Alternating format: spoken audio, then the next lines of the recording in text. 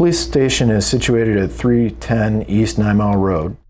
It was built in 1964 and is connected to the City Hall. The current configuration of the police station is 10,619 square feet, and the ideal square footage needed for this police department is closer to 25,000 square feet. The Ferndale Police Department routes emergency services from the police station. If you call 911 for anything, the response always begins at this location.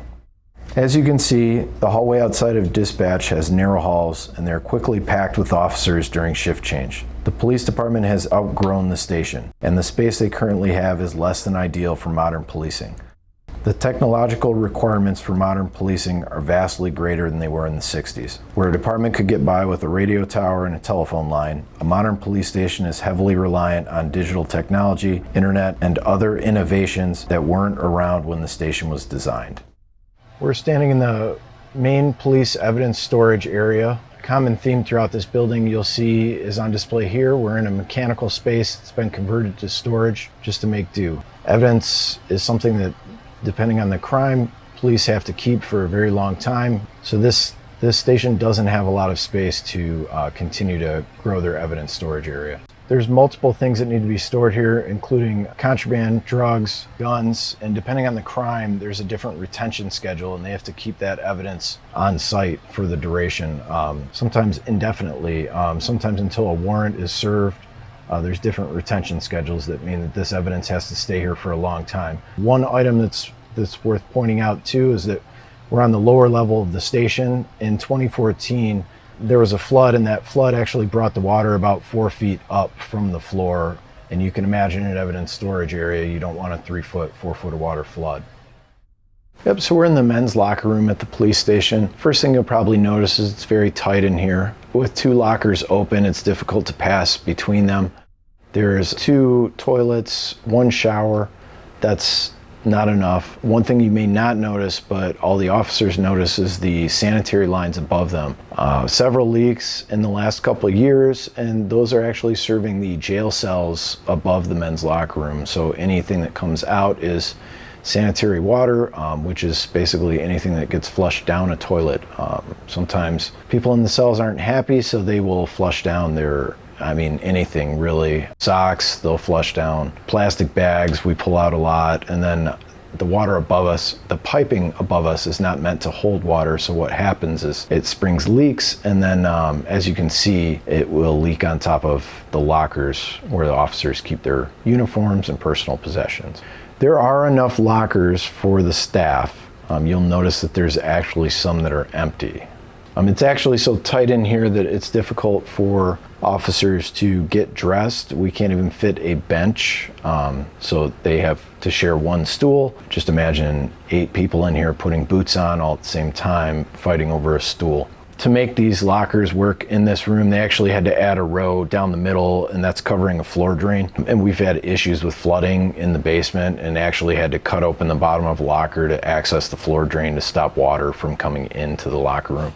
So it's just another room where we've put a lot more inside it than was ever intended to be here. So my name's Allison Fleury. I'm a sergeant with the Ferndale Police Department. I've been with the department for about 20 years. I've seen a lot of changes over the 20 years I've been here.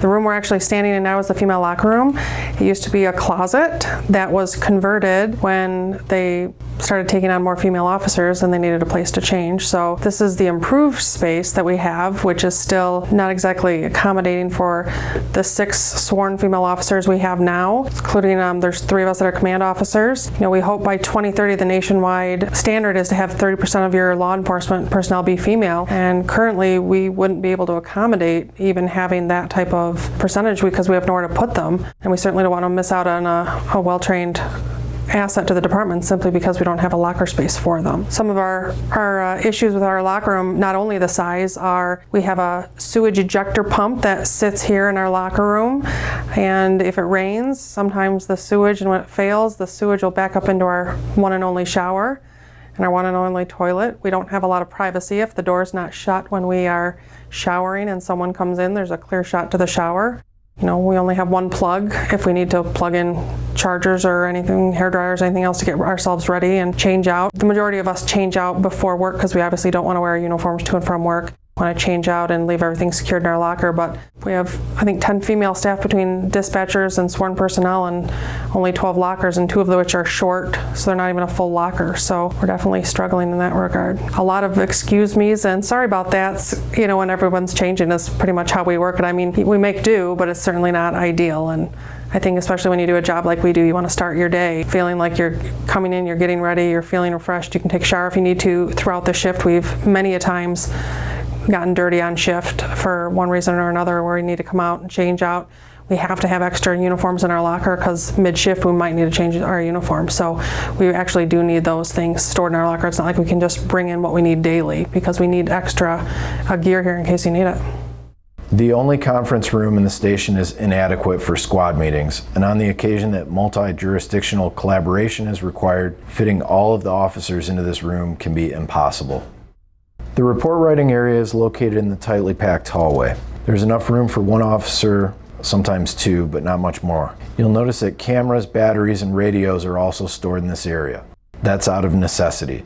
There simply isn't space available to add additional technology without stuffing it into another location.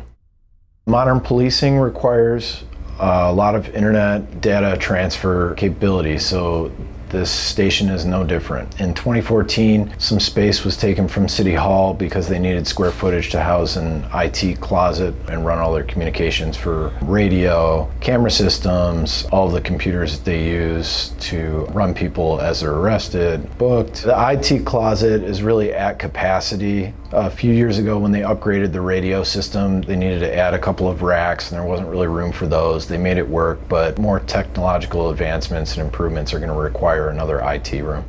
The boiler room is the mechanical space that provides heating, cooling, hot water, electrical, and generator power for the police station. The air handler units that provide heating, cooling, and ventilation are nearly 60 years old.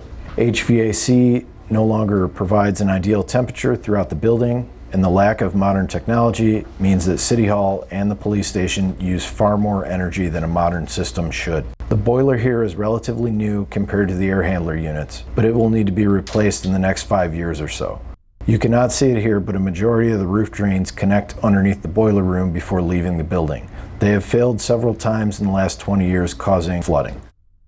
Thanks for joining us on the tour. To learn more about the city facilities and read the Facilities Task Force, please visit www.ferndalemI.gov.